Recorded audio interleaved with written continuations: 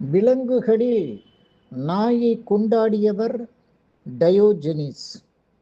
ஒரு நாய் எதையும் எந்த இடத்திலும் சாப்பிடும், கண்ட இடத்தில் கண்மூடி உறங்கும், நேற்றைய நினைவிலும் நாளைய கனவிலும் மூழ்கி விடாமல் நிகழ்காலத்தில் மட்டுமே அதன் கவனம் இருக்கும்.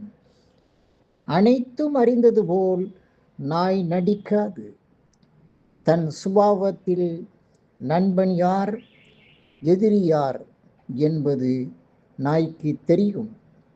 அது அடுத்தவரை ஏமாற்றாது, எவரிடமும் ஏமாறாது.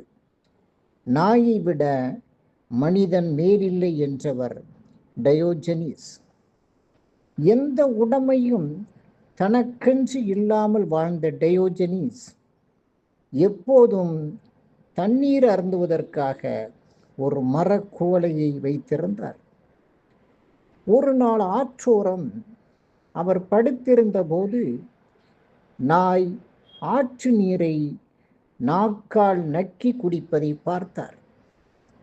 இவ்வளவு நாள் தேவையில்லாமல் இதை சுமந்திருக்கிறோமே என்று எண்ணிய டயோஜெனிஸ் தன்னிடமிருந்த மரக்குவளையை அந்த ஆற்றில் வீசி எறிந்தார்.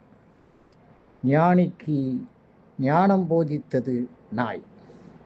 பணம், பதவி, அதிகாரம், புகழ் போன்ற போதைகளில் இருந்து மனித இனம் முற்றாக விடுபட வேண்டும் என்று கிரேக்கர்களுக்கு தொடர்ந்து போதித்தவர் டயோஜெனிஸ்.